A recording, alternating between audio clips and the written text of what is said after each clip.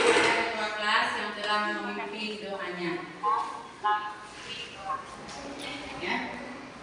Nah, gimana kabarnya hari ini, Nana? Baik.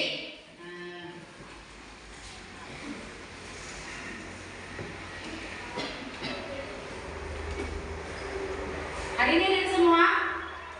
Iya. Nah, bagaimana? Akbarina? Antiafuna? Umaira?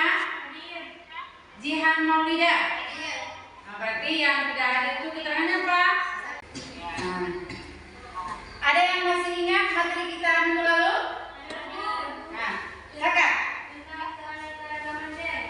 Keanekaragaman adalah sifat genetik pada suatu organisme yang dikendalikan oleh kromosom. Kromosom diperoleh dari pewarisan sifat genetik. Namun demikian, evolusi suatu organisme bisa dipengaruhi oleh kondisi lingkungan tempat hidupnya.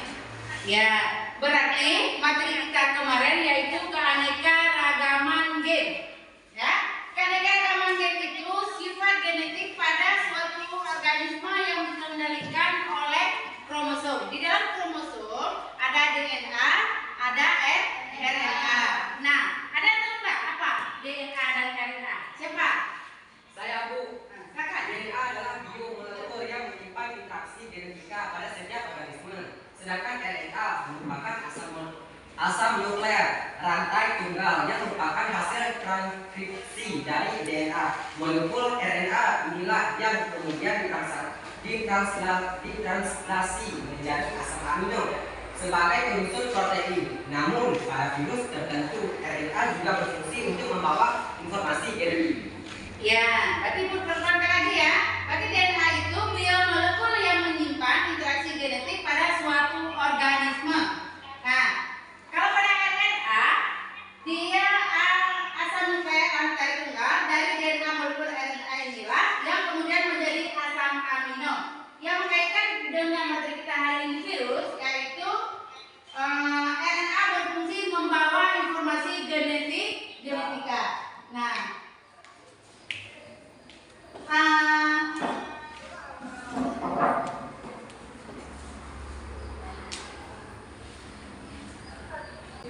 Nah, coba perhatikan gambar ini. Pernah nggak kalian lihat ini?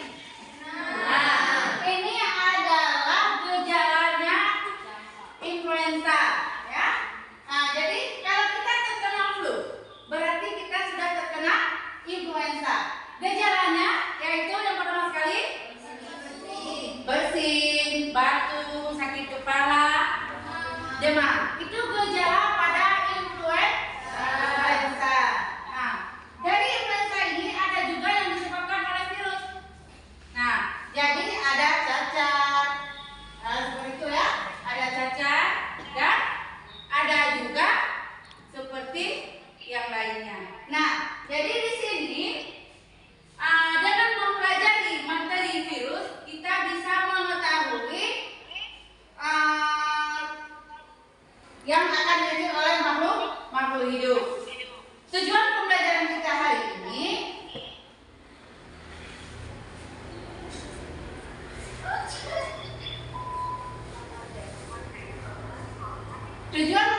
pada hari ini yaitu menelaah sejarah penemuan virus, mengidentifikasi ciri-ciri virus, menguraikan bentuk dan struktur tubuh virus, membandingkan siklus litik dan siklus lisogenik. Nah, itu tujuan pembelajaran kita.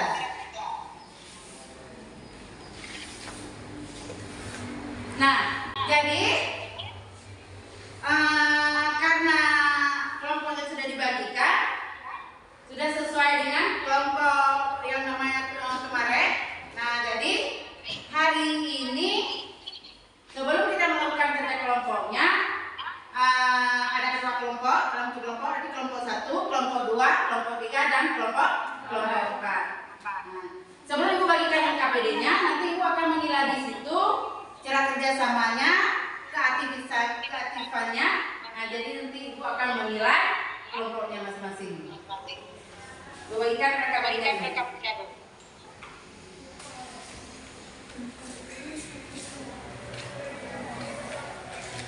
Belum menggunakan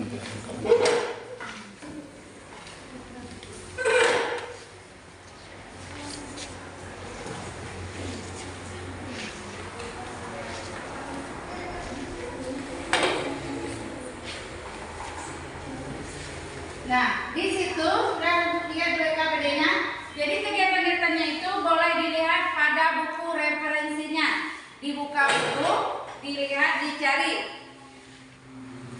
Silakan dikerjakan.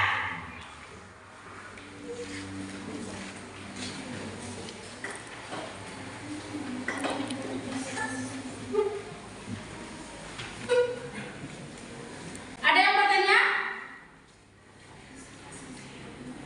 Berarti sudah mengerti ya? Tugasnya ada di LKPD tersebut dan dilihat di buku referensinya. Nah, sudah, Vincent.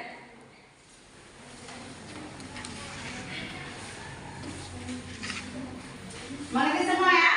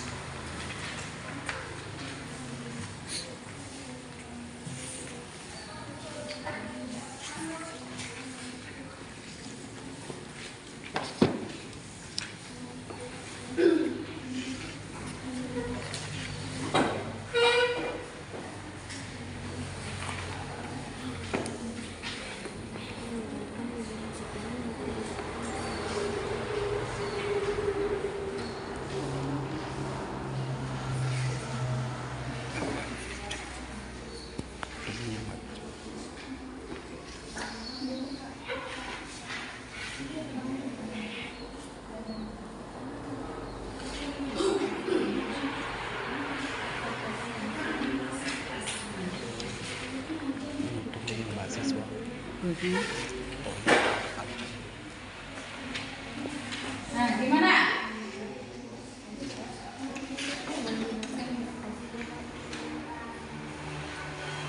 Sudah mengerti kan?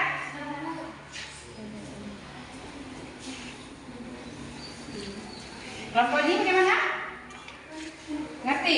Nah, dicari di buku referensinya.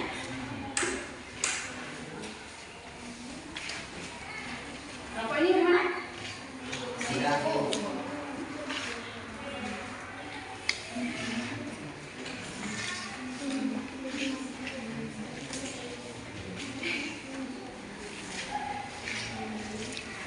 Yang ini bagaimana? Kamu ngerti?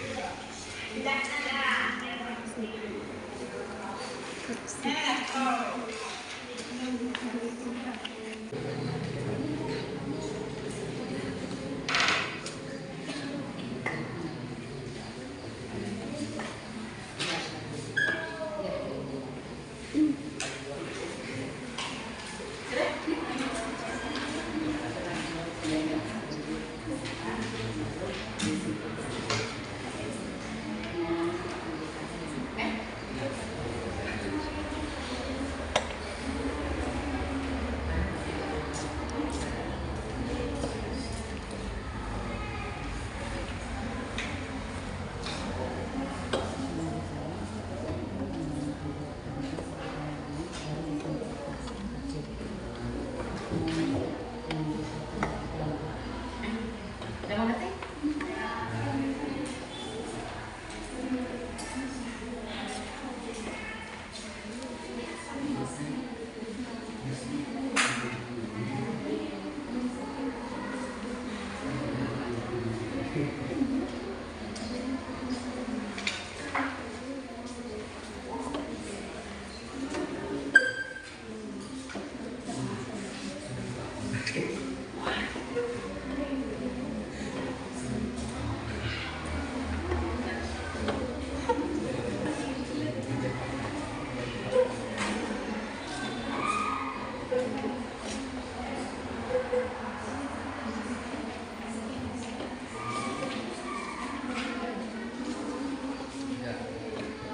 Ada yang kurang jelas?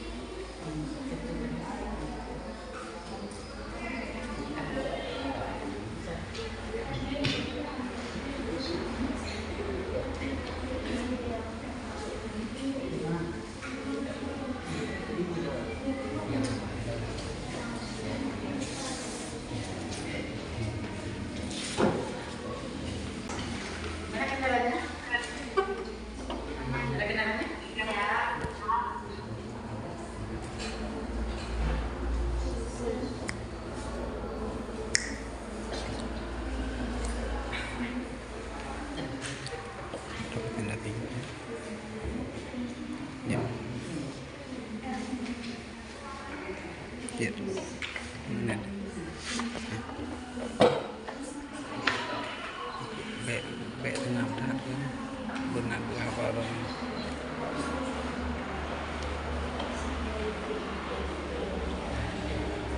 Pergunakan waktunya ya. Waktu kita hampir habis. Jangan nanti tidak terkejar semuanya.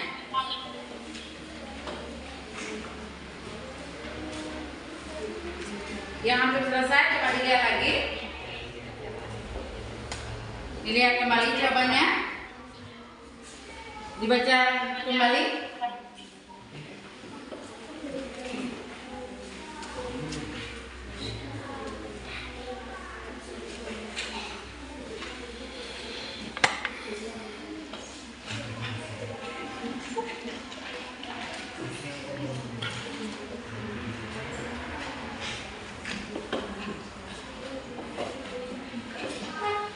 Pergunakan waktunya.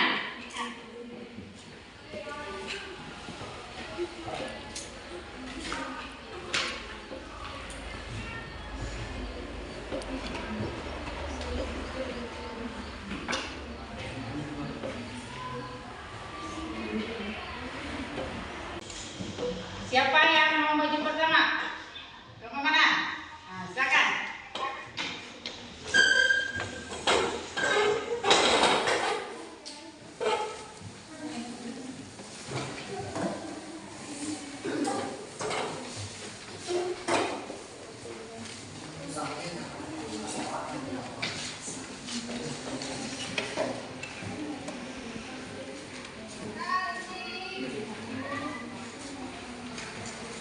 Assalamualaikum warahmatullahi wabarakatuh. Waalaikumsalam warahmatullahi wabarakatuh. Kami dari kelompok 1 ingin mempresentasikan hasil kerja kelompok kami. Perkenalkan, nama saya Zahra Purna. Di sebelah kanan saya bernama Nur Aryafa.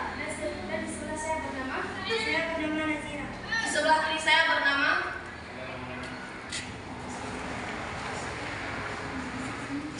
Langsung saja kami mempresentasikan hasil kerja kelompok kami. 1. Jelaskan pula mengapa virus dapat digolongkan pula sebagai makhluk mati dan makhluk hidup.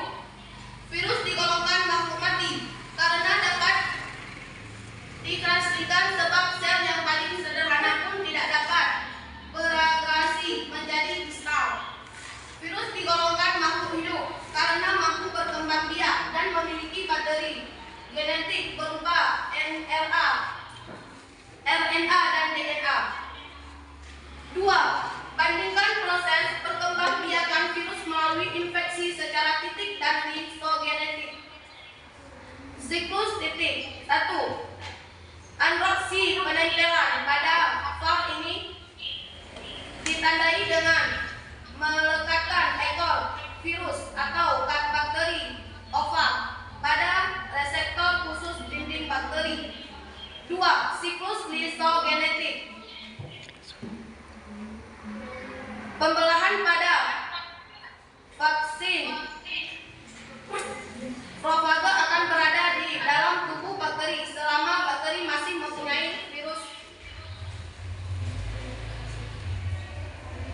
mempunyai viral tensi. Nomor 3. Gambaran struktur bakteriofag lengkap dengan keterangan bagian-bagiannya. Bakteriofag terdiri dari kepala, protein, DNA, leher, seluruh ekor.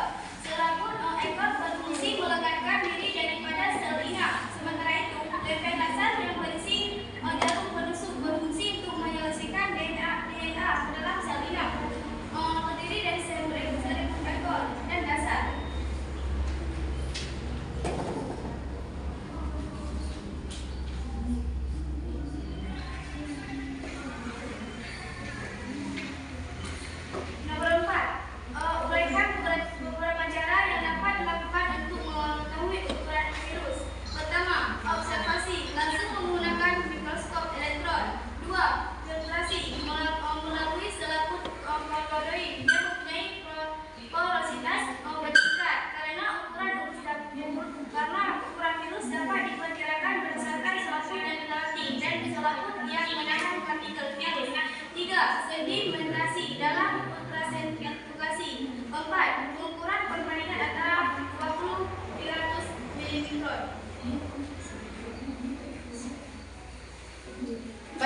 Sekian dari hasil presentasi kami. Apakah ada yang ingin bertanya? Kami. Saya perwakilan dari kelompok 2 ingin bertanya kepada kelompok 1. Jelaskan siklus litik dan siklus distogenik secara singkat. Baik, terima kasih.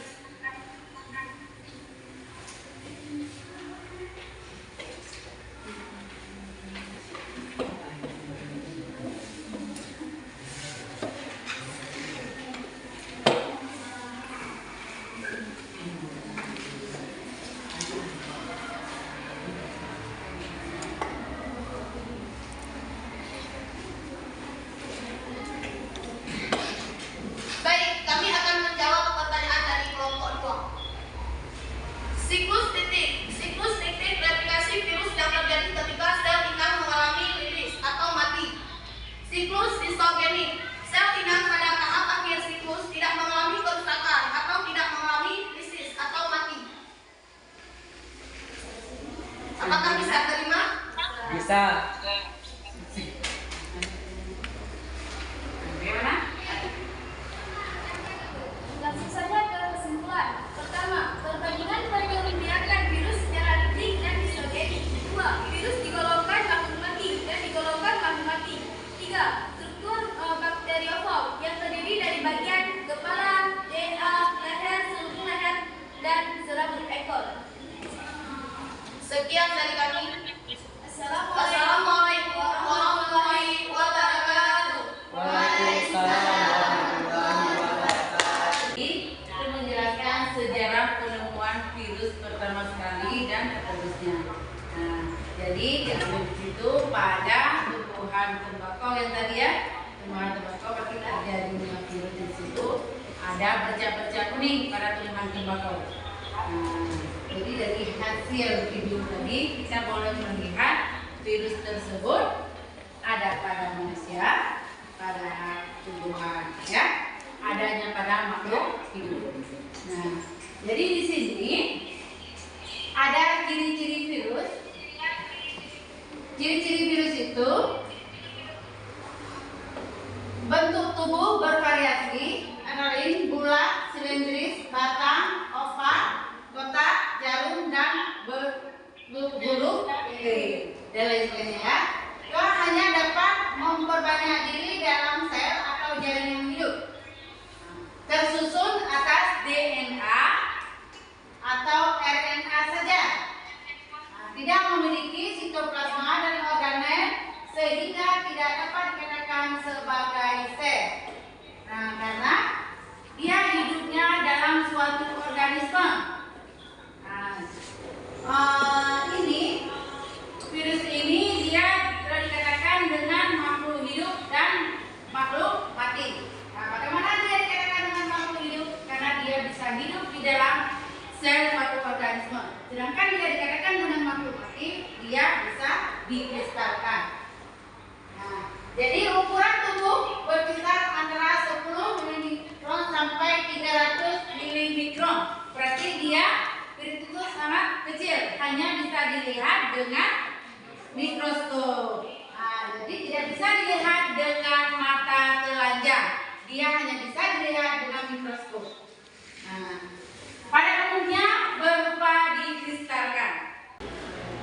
Nah, jadi dari hasil materi yang tadi bukan menggunakan model discovery learning ya. Nah, sudah? Dari hasil tadi, siapa yang bisa menyimpulkan? Nah, silakan. Saya dapat menyimpulkan bentuk-bentuk tubuh virus, yaitu bentuk batang, bentuk bulat, bentuk oval, bentuk kumparan, dan bentuk huruf T. Ya, diperkatakan lagi ya. Jadi hasil kesimpulannya tadi, bentuk-bentuk virus itu ada bentuk batang, ada bentuk kumparan, ada bentuk kumparan, ada bentuk batang, dan ada berbentuk huruf T. Nah, jadi makhluk tadi virus itu bisa digolongkan kepada makhluk hidup dan bisa digolongkan kepada makhluk mati. Kalau makhluk hidup, dia bisa hidup dalam sel suatu organisme. Kalau dia digolongkan kepada makhluk hidup, dikristalkan. Ya.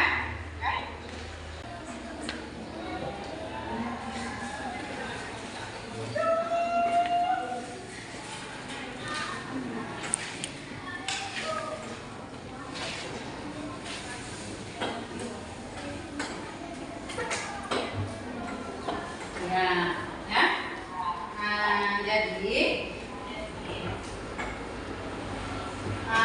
materi kita minggu depan yaitu mengevaluasi peran virus dalam kehidupan manusia. Nah, tugas kalian di rumah yaitu membaca tentang peran-peran virus dalam kehidupan manusia. Ya.